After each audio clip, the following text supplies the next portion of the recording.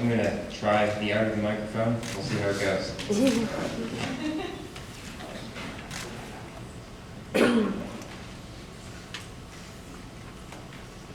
Okay.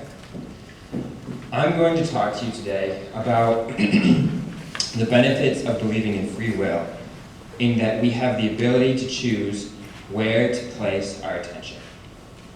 I use very similar reasoning to Pascal's Wager. Blaise Pascal was a French philosopher and mathematician from the 17th century.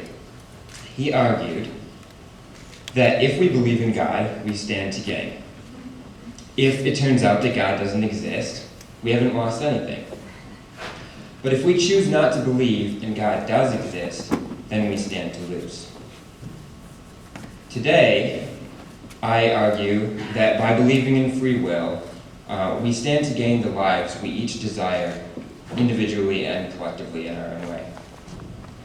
I will try to show what we are responsible for, what we're not responsible for, and why we can still say that we're free in a world where we clearly don't control everything.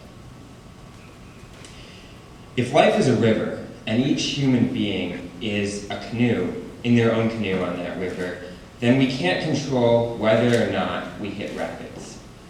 But we might be able to affect how and where we hit those rapids if we paddle. Let's begin by observing that human beings create things. We create tools and technology. We create relationships between people and organizations and governments. We create art and knowledge, oppression and justice, peace and war, happiness and suffering. Even though one individual human being is quite limited, humanity is capable of creating quite a bit. We have made history. So what is it that controls what we create, or what our behavior, and therefore what we end up creating? There's a lot of evidence, a lot of research suggesting that there are biological factors. In fact, there's a lot of research suggesting that there are at least sociological and psychological and environmental factors as well. These factors are we free-willed, and does that matter? If it was, I might discuss the Western philosophical tradition from the ancient Greeks through Heidegger, or I might discuss the Western psychological tradition from Freud through Adler, Frankl, and the behaviorists. If we got to the end of either of those discussions, we would have to conclude that it's not clear whether we're free or determined. The topic of this talk, and what I can tell you for sure, is that it behooves us to believe that we are. If it turns out that the nature of being human is that we're determined, when we aim to make choices, nature will limit us before we've begun. We lose nothing. This also means that we're not responsible for our circumstances. We're not responsible for what we create, and there's absolutely nothing we can do about either of those things. We're just along for the ride. This is like saying that although we notice ourselves paddling, the paddling doesn't make any difference as to how or where we hit the rapids. But I say we have everything to gain by believing that we're free-willed, because although a human being has finite power, that power can be applied to any of the circumstances that human finds themselves in. And we must find ourselves responsible for our part in every aspect of our circumstances. Right here, I want to be careful about two things. The first one is what I mean by responsibility, and the second one is what I mean by free will. By responsibility, I mean the ability to respond in the future. I've often heard responsibility equated with blame, as someone looks back at their life and tries to account for the cause of their circumstances. If a group of people on a day-long hike find that their lunches aren't with them at lunchtime, they might try to figure out who is responsible. Did someone leave the lunches? Did someone take the lunches? In other words, they're looking for someone to blame for their circumstances. When I talk about responsibility, I'm talking about the fact that each of those people have an ability to respond to those specific circumstances. They could look for someone to blame, but they could also look for something to eat, and they could remember that although they're uncomfortable, they won't die from lack of food in a day. By free will, I mean the ability to change one's own mind. That is, the ability to choose the mental stance or attitude that we take towards our circumstances. I do not mean strong free will. Strong free will means power over circumstances, like the ability to change the temperature at will, to make lunch appear out of thin air, or to change your mood to happiness just because you want to. By free will, I mean what Viktor Frankl meant, which is to say that the one thing that can never be taken away from us, because it is part of our very being, is our ability to choose our mental stance towards our circumstances. Free will has its foundation in our ability to choose our attitude. Now again, I want to be very clear that we cannot control circumstances. Inner conditions, like emotions, might not seem like circumstances, but in this case, they fit the description. If we see something that appears disgusting, we can't just will ourselves to feel that it is delicious. It's absurd. It may be that you find the idea of a peanut butter pickle mayonnaise sandwich disgusting. You wouldn't be alone. If the contents of your consciousness strike you as repulsive, they do so for a reason.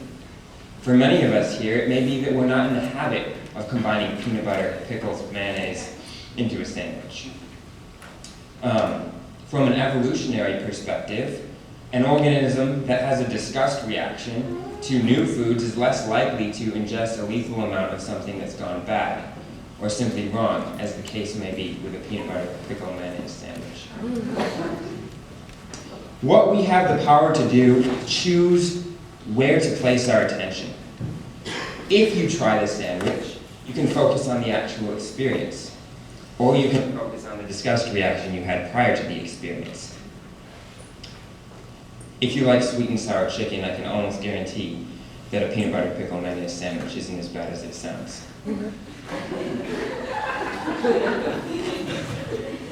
Let me give you a more tangible example of exercising free will. When I began high school, I had a specific belief. You could say my attention was fixated on a specific way of interpreting my experiences. I believed that I had to pick one school and stick with it for 4 years to complete high school. Turns out, the school that I was at, I was pretty unhappy. And my family tried to convince me that I didn't have to stay there, but I refused to change my mind.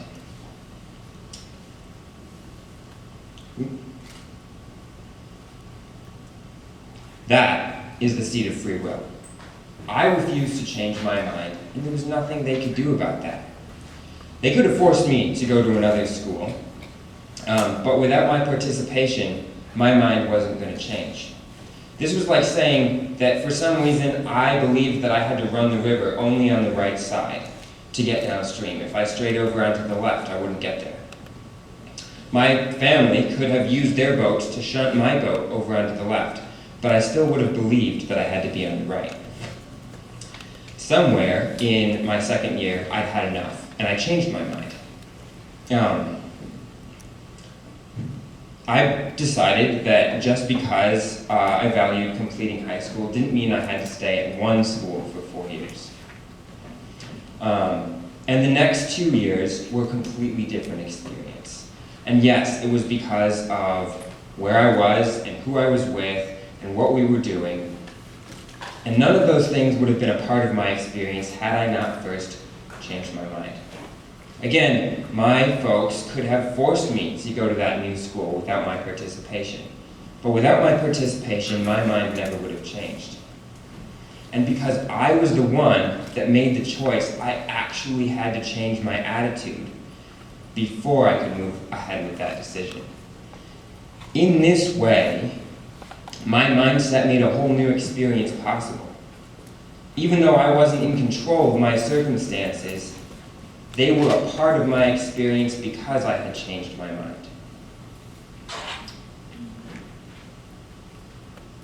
If life is a game, then the rules are that we might be free will, and nobody told us. Paddling might matter, but nobody knows for sure. It's possible that each individual is ultimately the only one who has control over their attitude. And whatever attitude we choose is the foundation of the experiences we create. So be a bit idealistic, because what have you got to lose? Now, I know of no way of proving to you or myself that we're free-willed, but I know of no way of proving that we're not. What I can say is that if we are, I possess the potential to change my attitude, even if it's really difficult. I can also say that no one else can do it for me. No one else can paddle my boat for me. I will leave you with this, that no one will be able to tell you for sure whether or not you're free-willed. So live your life like an experiment. Do the opposite of what you would just because you can, and make up your mind for yourself. And remember not to doubt if it gets difficult. Please don't think that because I argue that we're free, do I think that anyone's life is easy, or should be easier than it is. Taking responsibility for all aspects of a life is a very difficult thing for anyone to do, but it frees us to ride out more wave trains and hit fewer rocks, because it means we are more likely to pay attention to the one aspect of our lives no one else can touch: our attitudes. And with the right attitude, life can be experienced as right and good. The desire to create this experience is a start, but it's not enough. To be effective at creating a desirable experience, we need the wisdom and the will. We need the wisdom to understand how it may be done, and we need the strength to do it. Just because I decide to ride a bicycle doesn't mean that I know how or that I'm strong enough.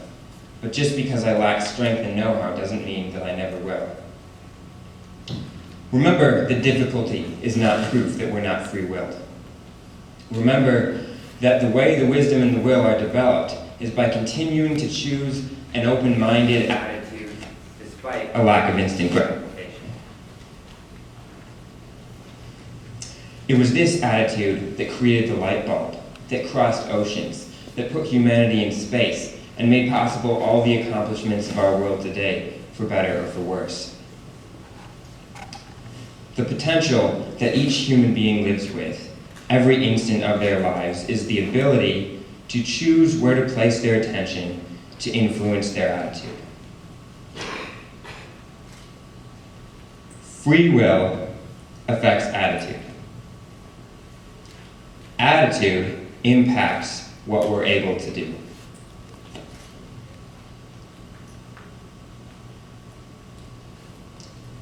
What we're able to do